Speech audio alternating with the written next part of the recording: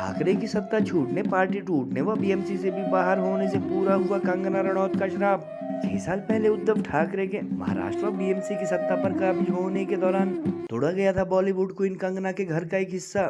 उद्धव ठाकरे को वक्त का पहिया घूमने की नसीहत देते हुए कंगना ने लिया था देश को जगाने व अयोध्या व कश्मीर पर फिल्म बनाने का संकल्प। हिमाचल के मंडी की सांसद कंगना ने महाराष्ट्र की 29 में से 25 एमसी में भाजपा की जीत पर खुशी जताते हुए ठाकरे बंधुओं को कहा महिला विरोधी व गुंडे। यूपी बिहार के लोगों को लात मारने व साउथ इंडियन के लिए लुंगी की पुंगी बजाने जैसी धमकियां देने वाले राज व उद्धव ठाकरे को जनता ने 27 साल बाद एमसी की सत्ता से भी उखाड़ फेंका। सरकार न रहने के बाद भी आर्थिक राजधानी मुंबई की महानगर पालिका पर काबिज होने के चलते ठाकरे बिरादर मराठी न बोल पाने वाले उत्तर भारतीयों के करा रहे थे पिटाई। सीएम की कुर्सी के लिए उद्धव ठाकरे ने अपने पिता बाल ठाकरे की कांग्रेस से गठबंधन करने से पहले सियासी दुकान बंद करने की नसीहत को भी भुलाया। उद्धव ठाकरे, तुझे क्या लगता है कि तूने फिल्म माफिया के साथ मिलके मेरा घर तोड़ के मुझसे बहुत बड़ा बदला लिया है? आज मेरा घर टूटा है, कल तेरा घमंड टूटेगा।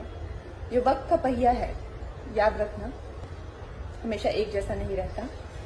और मुझे लगता है कि तुमने मुझ पर बहुत बड़ा एहसान किया है, क्योंकि मुझे पता तो था कि कश्मीरी पंडितों पे क्या बीती होगी। आज मैंने महसूस किया है और आज मैं इस देश को वचन देती हूँ कि मैं सिर्फ अयोध्या पे ही नहीं, कश्मीर पे भी एक फिल्म बनाऊंगी। इतिहास गवाह और मेरे काफी रील भी वायरल हो रहे हैं कि हम दैत्यों को और देवताओं को कैसे पहचानते हैं। जो महिलाओं की इज्जत उतारते हैं वो उसी श्रेणी के होते हैं, दैत्य ही होते हैं। और जो महिलाओं को सम्मान देते हैं, आज हमें अगर महिलाओं को 33% रिजर्वेशन चाहे दिया हो, चाहे टॉयलेट्स दिए हो, चाहे अनाज दिया हो, चाहे गैस सिलेंडर्स दिया हो, तो उससे पता चलता है कि कौन देवता है और कौन दैत्य है। तो दैत्यों का वही हुआ जो होता है हमेशा, उनकी हार हुई।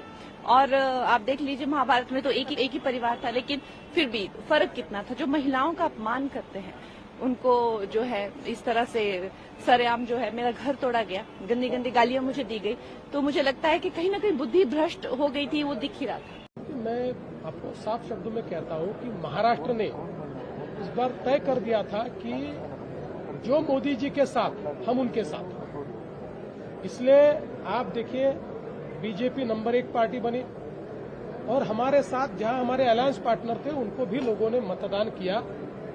तो महाराष्ट्र इस बार पूरे तरीके से मोदी जी के साथ, बीजेपी के साथ, अलायंस के साथ था। और कांग्रेस पार्टी हो चाहे कोई और पार्टी हो, इनको एक प्रकार से महाराष्ट्र की जनता ने बड़ी शिकस्त दी है। उनको ये बता दिया है कि महाराष्ट्र में विकास का एजेंडा चलेगा। विविध महानगर पालिका के चुनाव में जिस तरह का प्रचंड जनादेश मिला है, उसके लिए महाराष्ट्र की जनता का, भारतीय जनता पार्टी के केंद्रीय नेतृत्व का, भारतीय जनता पार्टी के प्रादेशिक नेतृत्व का, भारतीय जनता पार्टी के तमाम कार्यकर्ताओं का मैं अभिनंदन करता हूं। कार्यकर्ता का उत्साह होता है। वो राज्य के मुख्यमंत्री है, मुख्यमंत्री होने के नाते अमर्याद अनलिमिटेड पावर होती है, पुलिस होते हैं उनके हाथ में, और भी लोग और भी ताकत होती है, पैसा होता है, सब कुछ होता है। तो अगर दूसरा कोई मुख्यमंत्री होता तो भी यही रिजल्ट आते। जयचंद देखिए, जयचंद पैदा करके ही बीजेपी जीतती है ना। नहीं तो बीजेपी की क्या ताकत है? हर स्टेट में, हर शहर में, हर पार्टी को तोड़कर जयचंद पैदा करके ये लोग चुनाव जीतते हैं। उनकी ताकत क्या है? ये जीरो के बराबर है ये लोग। Thank you. आप लोग कुत्ते के दुम हैं, आप लोगों की नंगड़ी नहीं सीधी हो सकती। जब म्युनिसिपल का चुनाव आता है तो आप लोग सीट जीतने के लिए बिहारी को निशाना और बिहारी को गाली गलौज शुरू कर देते हैं। बिहार और बिहारी ये बर्दाश्त नहीं करेगा। पप्पू यादव को दम है आपके घर में आके आपके अपने बिहार और बिहारी की अस्मिता को बचाने की और मरने की। विनाकारण उठसूट काय मारामारी करायची गरज नाही, मारायची गरज नाही। पण जर जास्ती नाटकं केली तर कानाखाली आवाज काढलाच पाहिजे तुम्ही। आता ह्या सुरू केलं, काल कोणाच्या ते व्यापाराच्या कानफडीत मारली मीरा भाईंदरला। त्याच्या काय इथे लिहिलं होतं काय गुजराती? पण पण एवढंही आपल्याकडे काही जे चॅनलमध्ये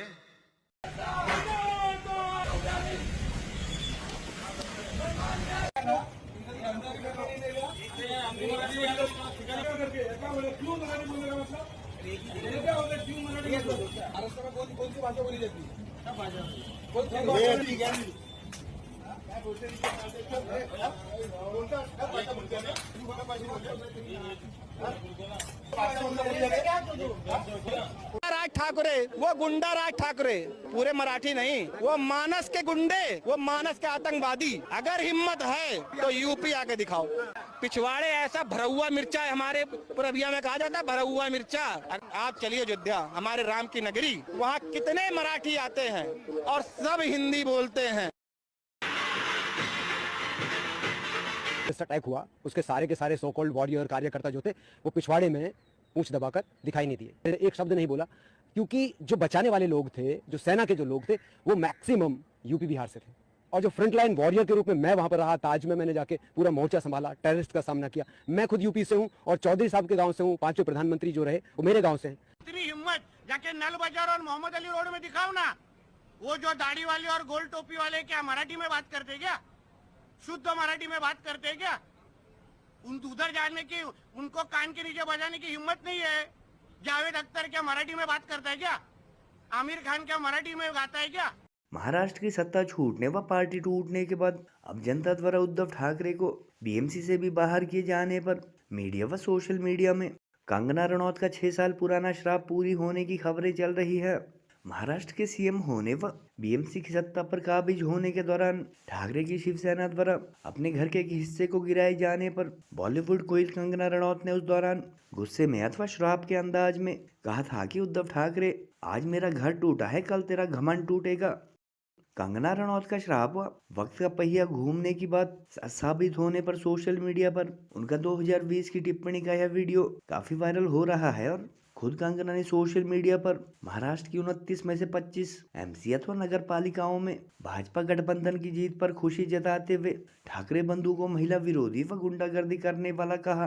कंगना के घर का एक हिस्सा गिराए जाने पर उनके खिलाफ कथित अभद्र टिप्पणी करने वाले उद्धव के सिपासालार संजय राउत चौतरफा हार के बावजूद अपनी कड़वी जबान ठीक करके राजी नहीं है और हार की भड़ास निकालने के लिए अब भाजपा गठबंधन में शामिल शिंदे गुट को जयचंद कह रहे हैं। महाराष्ट्र विधानसभा में हार के बाद भी बड़े बजट वाली आर्थिक राजधानी मुंबई की एमसी पर सत्तासीन होने के चलते उद्धव ठाकरे व उनके बिरादर राज ठाकरे के समर्थकों द्वारा मुंबई में बाहरी राज्य के लोगों का उत्पीड़न जारी रखा गया और कई लोगों से मारपीट व बदतमीजी की गई। यूपी बिहार जैसे उत्तर भारत के लोगों को जहां ठाकरे बिरादर खुलेआम लात मारने जैसी धमकियां देते थे, वहीं दक्षिण भारतीयों को लुंगी की पोंगी बजाओ कहकर प्रताड़ित करते थे। छोटे राज्यों जितने बजट वाली बीएमसी की सत्ता छूटने के बाद अब कहा जा रहा है कि शिवसेना उद्धव गुट व मनसे की कथित गुंडागर्दी हमेशा के लिए समाप्त होने के साथ साथ उनके कई कार्यकर्ता, काउंसलर व पार्टी पदाधिकारी भाजपा व अन्य दलों के साथ जाने की फिराक में हैं। सीएम देवेंद्र फडणवीस ने जहां स्थानीय निकायों की जीत को पीएम मोदी की जीत बताया, वहीं प्रधानमंत्री मोदी सहित भाजपा के तमाम बड़े नेताओं ने ठाकरे व शिवसेना की 27 साल पुरानी सत्ता उखाड़कर भाजपा को जिताने के लिए मराठी मानुष का धन्यवाद किया। बहरहाल गैर मराठियों को पिटवाने के लिए जाने जाने वाले ठाकरे की महाराष्ट्र व बीएमसी की सत्ता जाने व पार्टी के टूटने के बाद अब मंडी की सांसद कंगना रनौत द्वारा 2020 में दिया गया श्राप सच होने को लेकर तरह तरह के मीम और video social media user share कर रहे हैं। यांच्यासाठीच माननीय बाळासाहेब बोलले होते, हटाव लुंगी आणि बजाव पुंगी।